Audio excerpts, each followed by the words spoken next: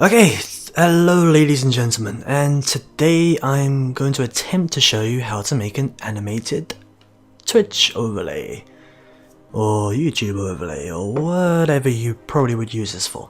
It's going to look something like this. Okay, so on the bottom right you can see the webcam panel. Obviously you would put your own webcam feed in there if you needed it. As you can see, the glow and the flares are kind of overlapping the webcam, the same as in the main game feed. This is all editable and it should be transparent, which you can see. This is a random mock-up of a Twitch overlay I did, slightly based off a persona, as you might be able to tell. Let's see what that looks like.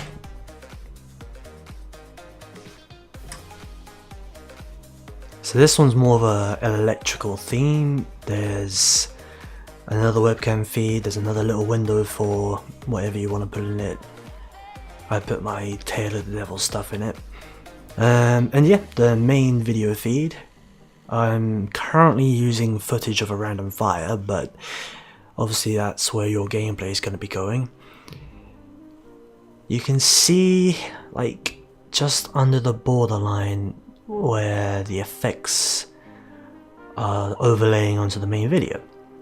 It will do that for your footage as well, so long as you've encoded it with an alpha channel.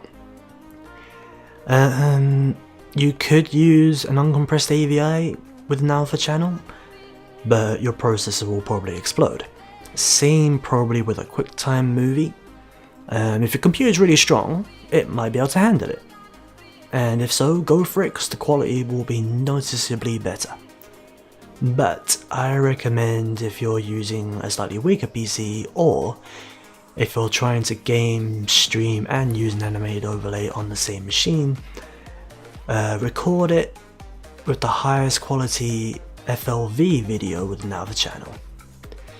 This compresses the file, makes it as small as possible, and it's a lot less taxing on the CPU. It won't look as pretty, but I've done a few experiments and it still looks well. It looks pretty good.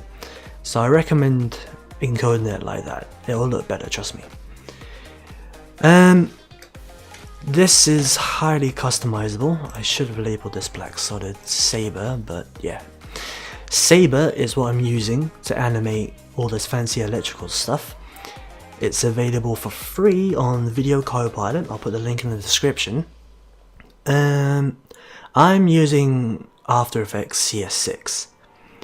I believe it works with CS5, I'm not sure, but it definitely works with obviously CS6 and the Creative Cloud CC series of After Effects. Definitely try it in that. I've used a preset. This is the electric preset. Let's have a look at the defaults. This was originally supposed to you were supposed to make lightsabers with this preset. You can see why all the glow and stuff is a bit too. The glow is a bit too blown out for what we're using it for, but you can change the intensity of that. So if I click here, 0, there's no glow. But that kind of renders the whole thing pointless. Let's put 15%. It's slightly more glowy now. You can change all these settings as you want. And there's hundreds of them, absolutely hundreds. Layer masks, motion blur. You're going to want your composite settings to be on transparent, very important. But yeah, we'll look at one more other preset. Core's pretty cool. Core makes everything look like flames and all that good stuff. That's a low quality preview of it, but at least you get the idea of what it looks like. So how do we make this scene from scratch? Let's start with a new composition. I can't be asked to name it or anything, so we'll just start like this. I'm doing it in 720 because if I try and record this 1080 right now, my computer won't like me. But you can do this in 1080p as well. New composition, new solid, make home size. I'm actually going to call it Saber for once. It's better to be organized with these things. Saber. I right click and tend to pick my filters and plugins from here, or you can go to Effect, Video Copilot, Saber. This is what you see the first time you load it up. I've loaded the plugin, but what I didn't do is draw my masks, which is what I should have done. I'm going to use the rectangle tool to draw my masks. You can use the pen tool if you've got an overlay like that one to click where you want your masks to be. For example, if I turn that off, my webcam feed is a bit of a how would you describe it? It's a bit complicated anyway, but it's got lots of little curves and places you can easily use the pen tool to make an exact outline of, and then put the glow on that way. It's worth experimenting with, so I recommend you give that a shot. But for this tutorial I was just lazy and drew boxes everywhere, so boxes for life. Mask tool, click, drag.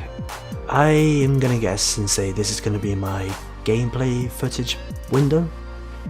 So I'm gonna plonk that about there. This is very rough, obviously you want to be doing this a lot more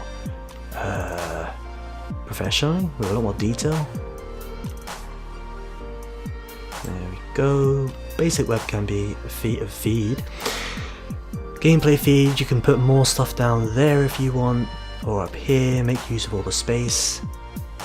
I'm gonna change these two masks down here to none. Although I don't think it actually matters. I've re-enabled my Saber plugin. Go down to customize core. So the core type is currently set to Saber. You want to click layer mask. There is a text layer function. If you've got text, if you put some sort of text in this window, you can click that and it's gonna find your text and overlay over there, but we're not doing that today, so layer masks. And it automatically finds your masks and puts the effect on it. Simple. I'm going to pick a random preset. There's loads of them, and you can change them up as much as you want. Arc reactor, what does that look like? Pretty cool electric looking thing.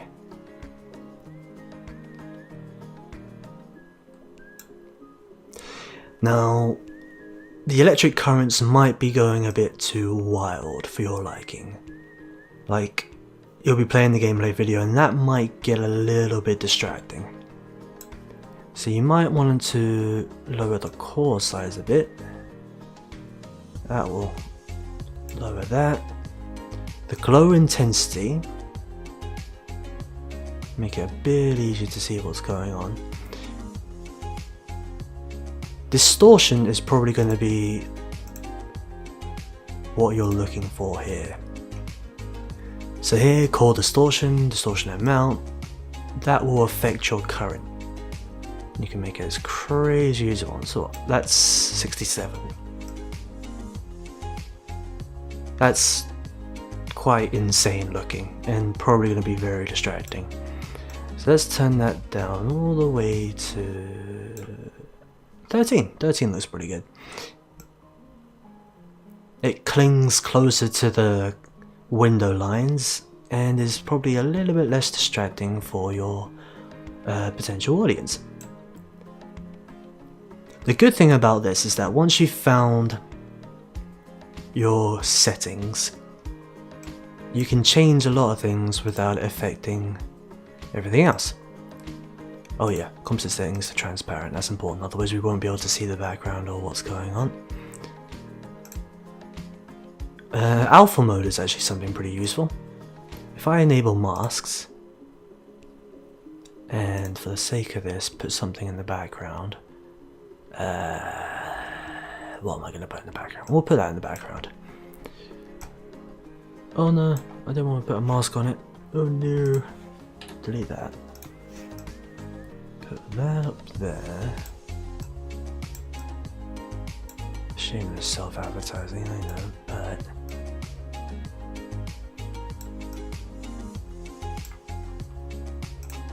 and I'm gonna put a solid in the background. Make it slightly easier to see what's going on.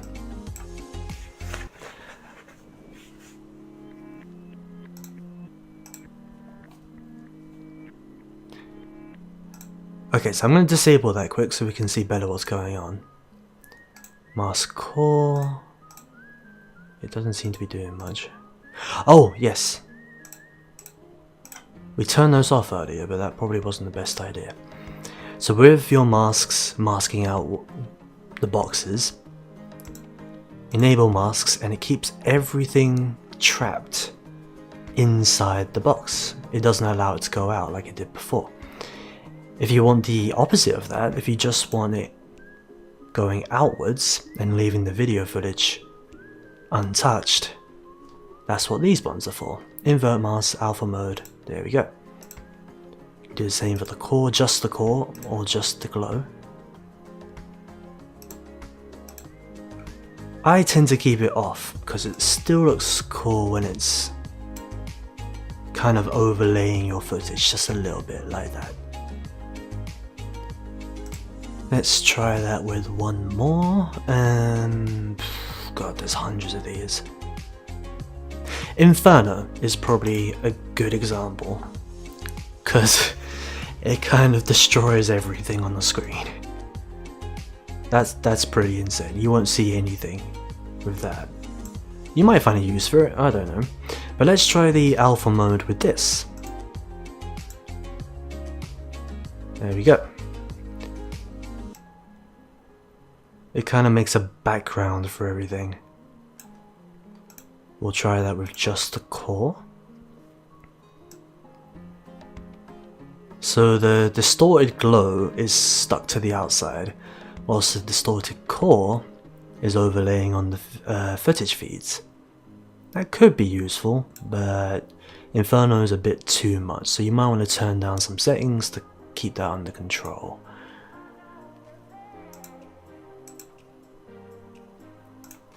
Let's try one more.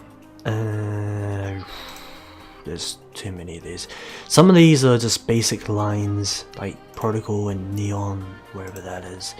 Neon's pretty cool.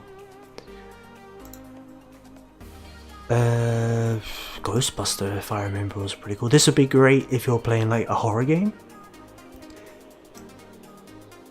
Having just ghostly green lines flying over your footage like that. You can change the color by simply clicking that glow color picker, picking whatever you want, and it updates it in real time. I'll leave it kind of turquoisey. See what that looks like. Turn off the solid.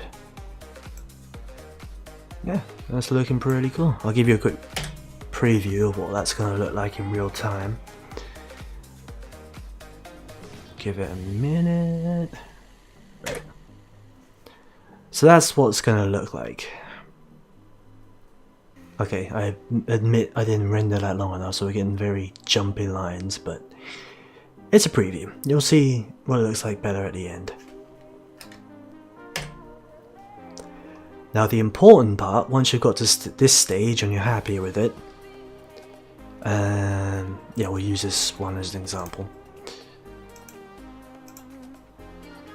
I'm going to, after I've checked that's definitely transparent, going to take all these and move them into a pre-composed composition. Move all attributes into new composition, it doesn't let you do anything otherwise. Pre-comp 1, you can name it whatever you want. And this is my pre-comp of everything we just did. If you want to edit anything once you got to this stage, all you have to do is double click the pre-comp, Saber, you can do what you want. But I'm going to close that for now. This is a 30-second composition. What you're going to want to do is you want this animation to loop whilst you're playing, otherwise you're going to get to the end of your composition, it's going to get to this stage, jump back to the front, and it's going to look very not seamless, if that makes sense. So what I tend to do, get about halfway in the composition. In CS6 it's Control-Shift-D, that splits your composition in two.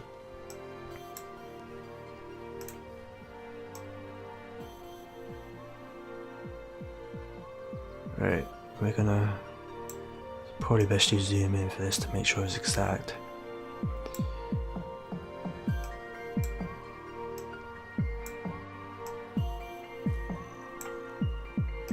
Zoom in, zoom in, zoom in. Now in the middle here, let's say that's enough, you're going to want to put a fade transition between these two. Otherwise, you'll get that kind of effect going on. We can't completely eliminate it with the technique I'm going to show you. There might be a better technique to do this somewhere on YouTube. But what I'm going to show you is like a quick and dirty way to make this happen, make it seam into each other itself. So about here, put an opacity keyframe there. That one's at 0. And there, 100. So this bottom layer is faded out and then it fades in slowly. We're going to do the exact same for the top one.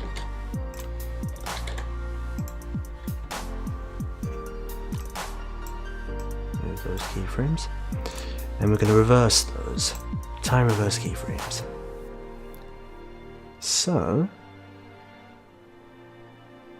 you get a minor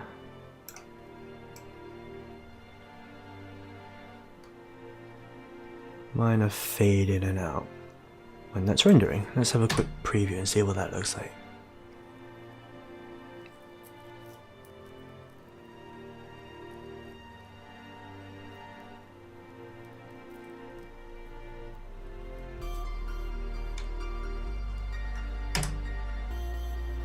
Okay, so we haven't left enough space to make this transition seamless. You can see the way it goes boop quickly as it transitions between them.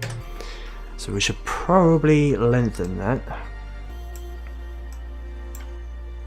I'm gonna pull that forward. That's more or less a second, but it's not. It's just under a second.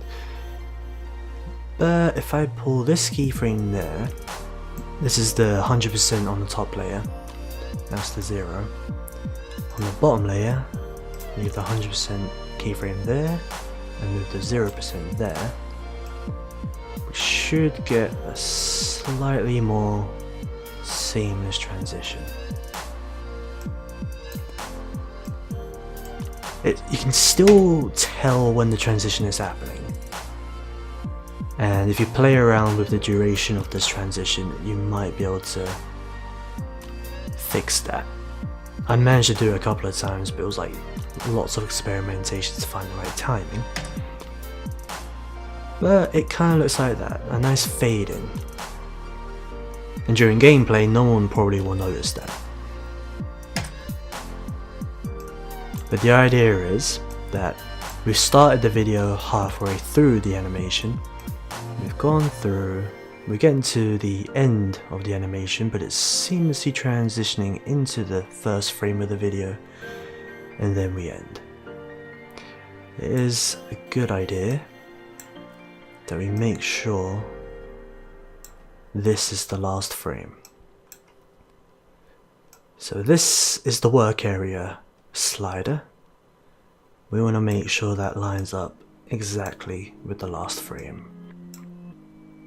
And it has, and we're good. Double check that that works. We will trim the composition to work area.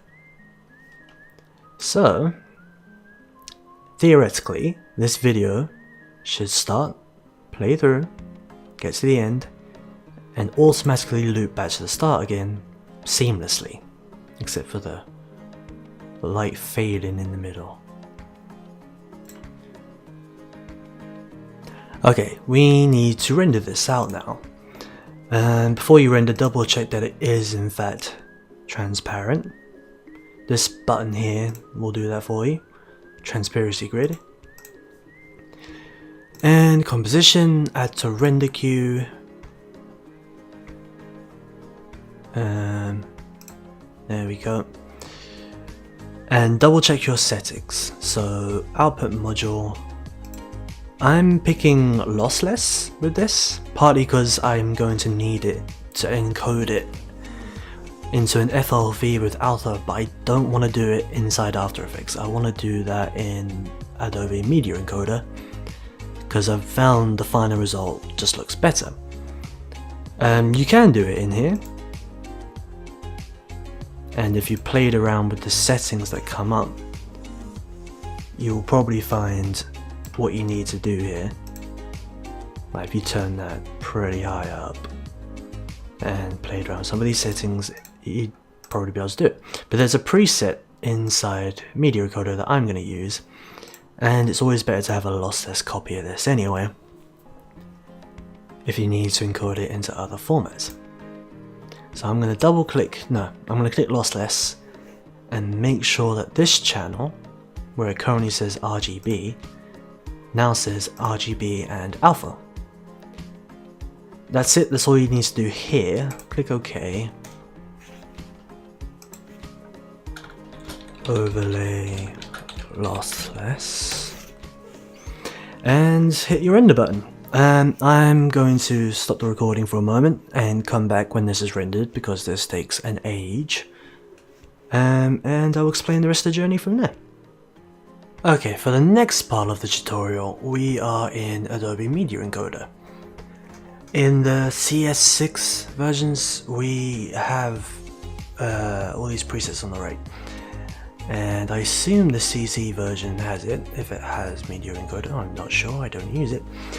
The one that I tend to use is right here. Flash, Match Source Attributes, High Quality, FLV. Ignore that, I will sort that out in a minute. I've already selected it here, but I'm going to select it again. Get rid of that top one, because we don't need it doing it twice. I'm going to click on that. Should come up with this window.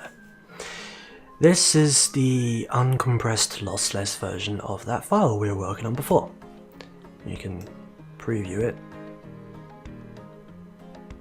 Happy days. There's a lot of buttons you can play around with here, but the only thing we really need to be worried about is making sure that this says match source attributes. So yeah, that's fine. Double check that's what it's doing here. My file was 720, so that's fine. Same as source FPS, all of that good stuff, yes. You'll notice here where it says target 45,000 kilobits per second. That is a good bitrate for what we need to be doing here. A lower bitrate and this will look really artifactory. So you know when you've seen a low quality video, you see lots of square and blocky interference and things like that. Yeah, that's what we're trying to avoid with this. So hopefully that is a high enough bitrate. We can test it afterwards. We also need to make sure this is selected. Encode alpha channel. There we go, done. Happy days. If you really want to try rendering at maximum depth, I haven't tried it because that's going to take forever. Same here, it's probably a good idea to do 2 passes, but as that is currently telling me, a 2 pass will produce a better quality video but takes more time to encode. If your final output doesn't look as awesome as you would like it to be, try a 2 pass. And make sure this is set to high. We could customize that and set our own bitrate, but high worked well for me when I used it. And I didn't mess with any of these, except clicking that to best. Neither did I touch these. The estimated file size is 16 meg.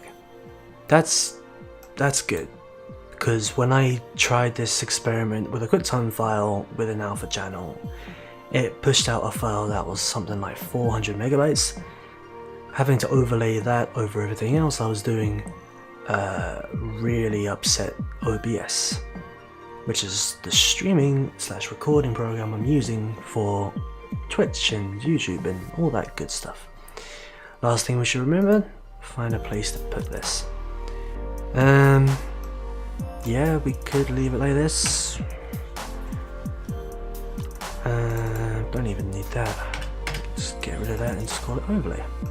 Save. Okay. I'm gonna let this encode, so I'll get back to you when it's done. Okay, we have rendered out the FLV of the overlay. It's always a good idea to test the quality of it to see if you're happy with it. That's looking alright to me. That isn't too bad, and the file size for that is 33.6 meg. Not too shabby at all. Our next test, however, is, well, we're gonna need to put this into OBS. Okay, so we're in OBS. This is what you'll be seeing. Probably not the infinite windows scenario here, but yeah, this is where you begin. Open a scene.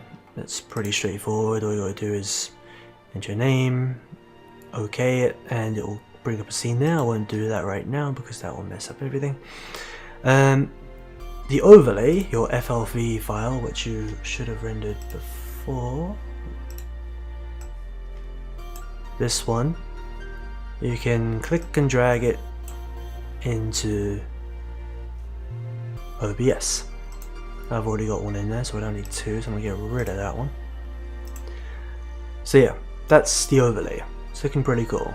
It's also looking pretty trippy. I like it. You can also put your webcam in.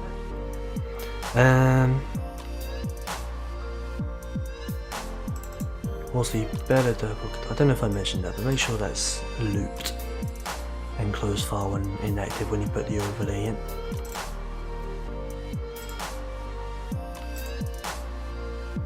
I put a wallpaper in, but I'm gonna save that for the moment, otherwise you won't see what we're doing. Gonna show you the footage so you see what it looks like. It's one of the drawbacks about deactivating it when it's inactive, because then it's got to reactivate and get everything sorted out again. But yeah, that's what that looks like with the overlay on top. I'm gonna put my wallpaper or background on so you can see it a little bit better. I know, still a 5. It's pretty awesome. But yeah, so that's what the overlay will look like. If you don't have After Effects or Saber, or are in a position where you can't get either but really want an animated overlay, I'll leave a link in the description. You can send me a message and I will help you make one, a custom one, for a small monetary fee, of course, but it won't be too expensive. It'll be like $5 or whatever the equivalent is in pounds or euros or whatever you want to work with. But yeah, I can make it like this and make it all sparkly and cool. I hope you enjoyed the video, and I hope to upload more tutorials like this soon. Thank you very much and have a nice day.